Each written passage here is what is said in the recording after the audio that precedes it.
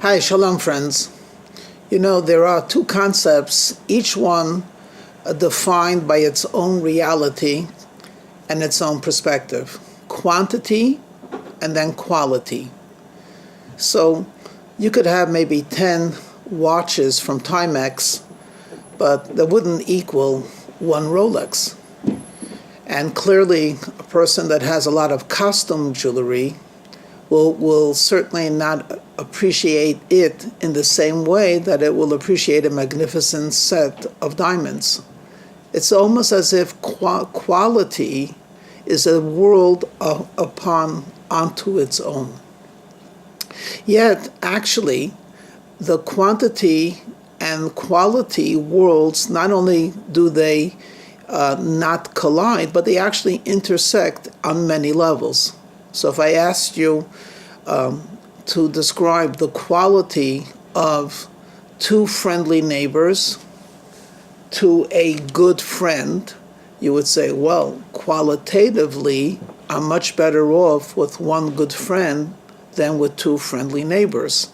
And yet, when you're going on a vacation, a good friend in Montana cannot do for you what your friendly neighbors will do by collecting the mail and so on. In Judaism, we actually have many examples where though quality and quantity are separate, many examples where quantity and quality come together. So let me give two superficial examples of quantity. For example, in Judaism, 10 adult males constitute a quorum. So if we have 10 ordinary people come together in a house of worship, you could say certain prayers. What happens if we're missing of the 10 just one?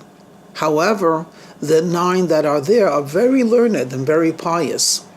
9 learned and pious people qualitatively are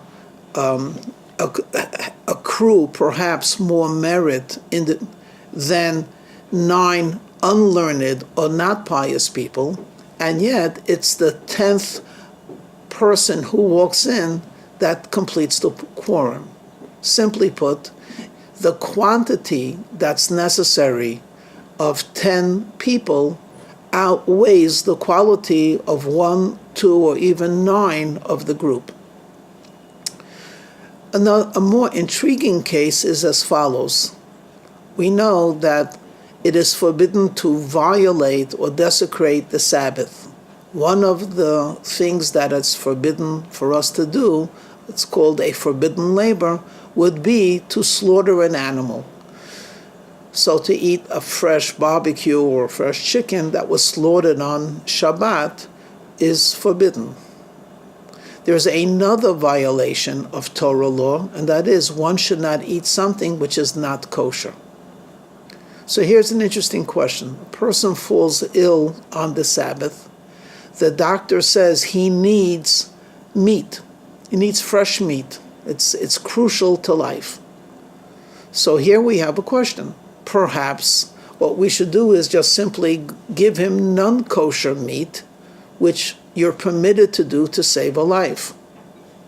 Or perhaps we should slaughter a kosher animal for this person to eat.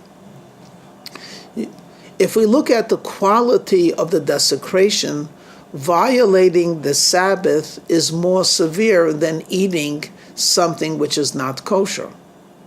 Yet, interesting enough, the law is that what you should do is break the Sabbath. In other words, the quality of sin is more severe on the Sabbath than eating not kosher, and yet you should slaughter the animal. Why? Because if you slaughter the animal, you only violate the Sabbath once. But if he's eating not kosher, with each bite, he's imbibing something which is harmful to his body. So in this particular case, the quantity of a lesser sin will outweigh the severity or the quality of a larger sin.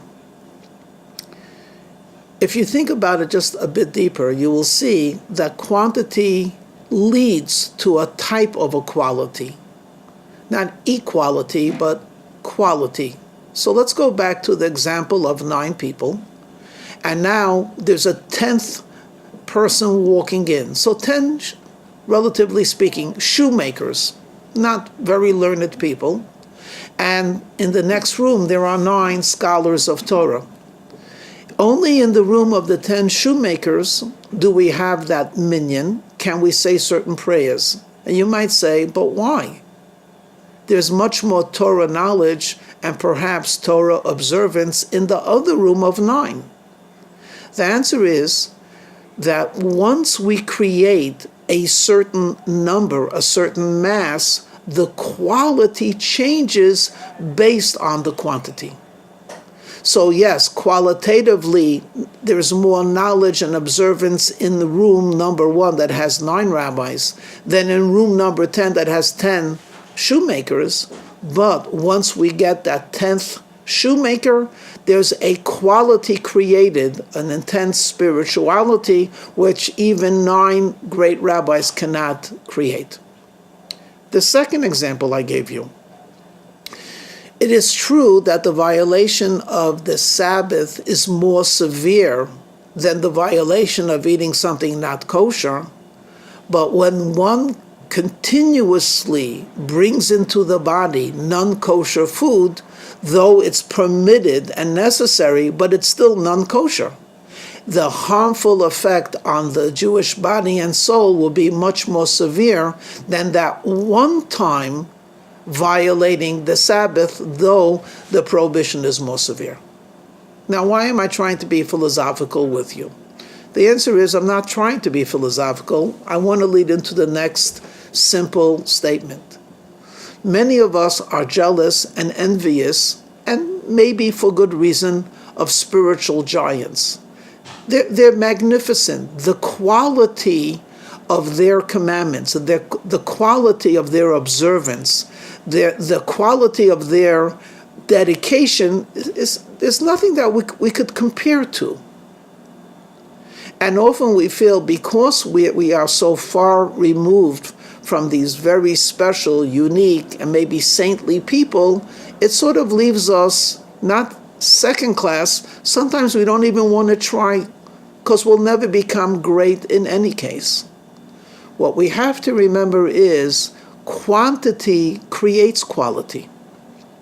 And therefore, if every single day you say your prayer, you put on your tefillin, you give your charity, you act decent towards your fellow man, you're nice to your family, you're honest, you're decent, you spend a couple of minutes looking into our traditions to study, nothing extraordinary, nothing supernatural, nothing to write home about, and yet mitzvah after mitzvah, the consistency of creating goodness, even if qualitatively it's sort of lackluster or without the shine it should have, but the fact that we do it consistently and in abundance, it actually creates a quality of holiness, a quality of spirituality that's amazing.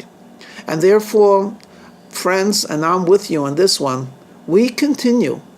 It's great and wonderful to experience that divine moment of connection. But in the meantime, as we plod on, we continue on, and we do this with the respect necessary. We are God's servants and God's children. We are actually creating a magnificent world and a magnificent spiritual universe. Shalom.